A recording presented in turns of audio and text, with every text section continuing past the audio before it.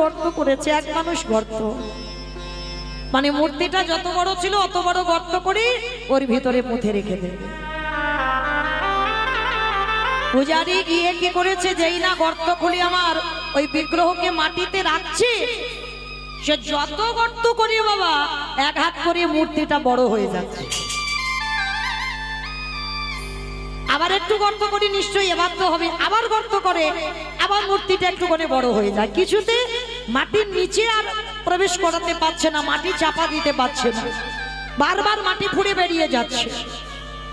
পূজারি সারা রাত ধরে বাবা মাটির তলায় গোপীনাথকে পুঁতে দিতে পারলো না।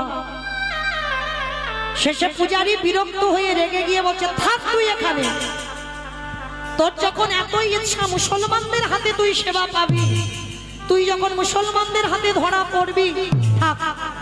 আমি ভেবেছিলাম তোকে আমি মাটিতে এখানে রেখে